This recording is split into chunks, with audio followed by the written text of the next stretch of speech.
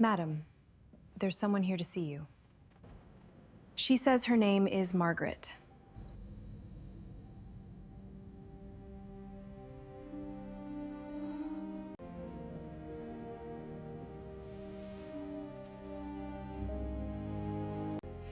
I need your help, and I know I have no right to ask. A year is enough time for a house to grow quiet in a different way than the day someone leaves it. Claire Whitfield had gotten used to her own version of quiet. Mornings with just her coffee, evenings with just her work. A life rebuilt slowly enough that she barely noticed the rebuilding. Then, on an ordinary Tuesday, her assistant knocked on her office door. "There's someone here to see you. She doesn't have an appointment." Claire looked up. "Who is it?" Her assistant hesitated. "She says her name is Margaret Whitfield." For a moment, Claire didn't move. She hadn't heard that name spoken out loud in nearly 8 months. Not since the last of those brief, polite phone calls that never lasted more than 3 minutes. "Send her in," Claire finally said. The door opened, and the woman standing there looked nothing like the one who had once stood at the head of a dinner table announcing new beginnings to a room full of stunned relatives. Margaret looked smaller somehow, older, uncertain in a way Claire had never once seen in 12 years of marriage into this family. "I need your help," Margaret said, "and I know I have no right to ask for it.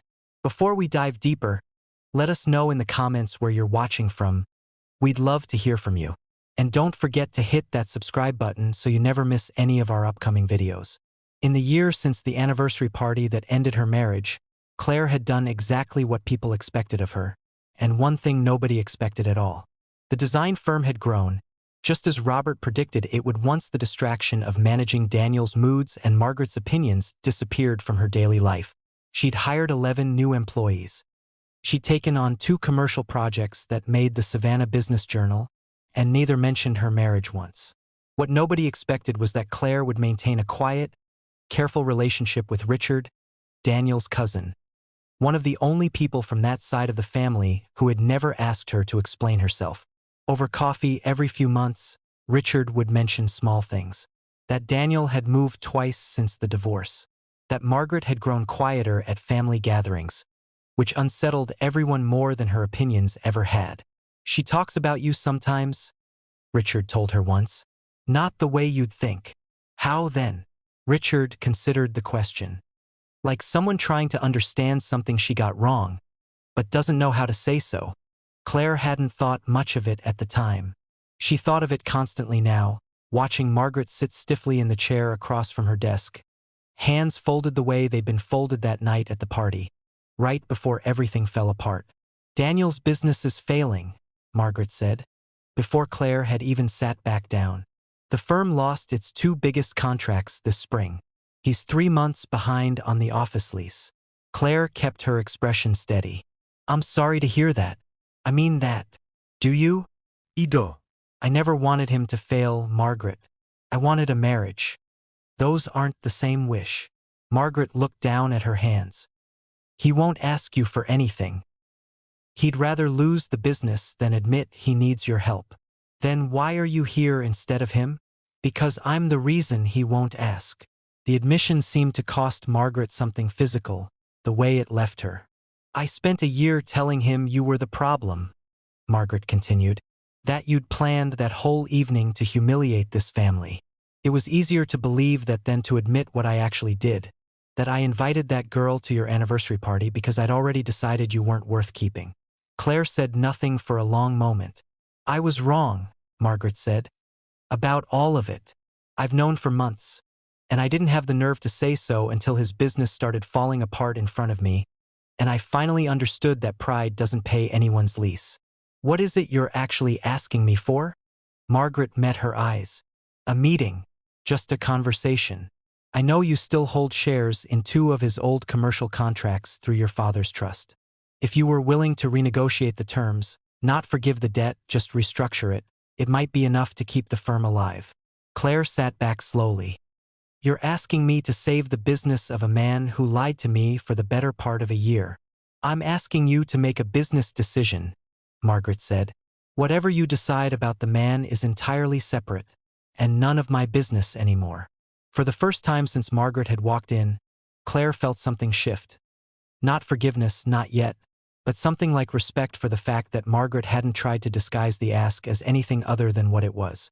Daniel arrived at Robert's office 3 days later, visibly unaware that his mother had already spoken to Claire. He looked older than a year should have made him. The tailored confidence Claire remembered had worn down into something more careful, more tired. "Claire," he said, when he saw her already seated at the conference table. "I didn't know you'd be here. Your mother arranged it." His jaw tightened, the way it always did when he was trying not to react. "Of course she did. Sit down, Daniel." He sat. Robert slid a folder across the table. "Claire's willing to restructure the terms on the Hilton Head commercial lease and the 2 remaining rental contracts your firm still manages. Extended timeline, reduced rate for 18 months, contingent on quarterly reporting." Daniel stared at the folder without opening it. "Why would you do this?" "Because you're still a decent architect, whatever else you are," Claire said. "And because 11 employees at your firm are going to lose their jobs if it collapses, and none of them did anything to deserve that." "That's it? That's the only reason?" Claire considered the question honestly, the way she considered most things. "There's one more." Daniel waited. "I spent a year building something without you, and it turns out I don't need to watch you lose everything to feel good about that. I already feel good about it. This isn't about you anymore, Daniel. It's about 11 people who have mortgages." The words weren't cruel. They were simply, finally, indifferent, and Daniel understood, sitting across that table, that indifference from Claire was a far more permanent ending than anger ever could have been. He opened the folder and signed without arguing. Margaret waited outside Robert's office, and when Daniel came out holding the signed folder, she searched his face for some sign of what had happened inside. "She restructured the contracts," he said. "The firm survives, at least for now." Margaret exhaled something that had been sitting in her chest for weeks. "Did she say why?" "She said it wasn't about me." Margaret absorbed that quietly. Later that evening, she called Claire, something she hadn't done in nearly a year without a specific reason attached to it. "Thank you," Margaret said, "for the business, and for seeing me at all, honestly, given everything." "You're welcome." There was a pause on the line. "I owe you an apology I should have given a year ago. Not for the business, for the party, for the invitation, for deciding I understood your marriage better than you did." Claire considered her response carefully. "I appreciate you saying that. But you're not going to say it's fine." "No," Claire said, "because it wasn't. You made a choice that night, Margaret, and it came from somewhere real in you, the belief that you knew better than everyone around you what a family should look like. That belief didn't disappear because you apologized for one version of it." Margaret was quiet for a long moment. "So where does that leave us?" "Somewhere honest for the first time in 12 years, Claire said. "That's not nothing." 3 weeks later, Claire's assistant knocked again. "Someone else is here." "No appointment." Claire looked up, half expecting Margaret again. "Who?" "She says her name is Sarah Bennett." Claire hadn't seen Sarah since the night of the party, hadn't heard anything about her beyond a single detail Richard mentioned in passing, that she'd left her old job, moved to Charlotte, started over somewhere nobody in the Whitfield family could reach her. Sarah looked steadier than she had that night, dressed simply, holding nothing this time. "I won't take much of your time," Sarah said. "I just wanted to say something in person, since I never got the chance to say it properly." Claire gestured to the chair across from her desk. "I spent a long time being angry at you," Sarah said, "for the questions you asked me that night. It felt cruel at the time, in front of everyone. It wasn't meant to embarrass you." "I know that now," Sarah said. "You were the only person in that room who ever told me the truth, even if it was hard to hear. Daniel didn't. His mother certainly didn't. You did. And you did it by asking me questions instead of accusing me of anything." Claire studied her for a moment. "Why come back now?" "Because I finally understood something," Sarah said. "You weren't trying to hurt me that night. You were trying to make sure I heard, out loud, in front of everyone, exactly what kind of man I'd built a future around. I needed to hear it from someone who already knew the ending. I'm glad you're doing well, Claire said, and meant it. I am, Sarah said, standing to leave. And for what it's worth, I hope you are too.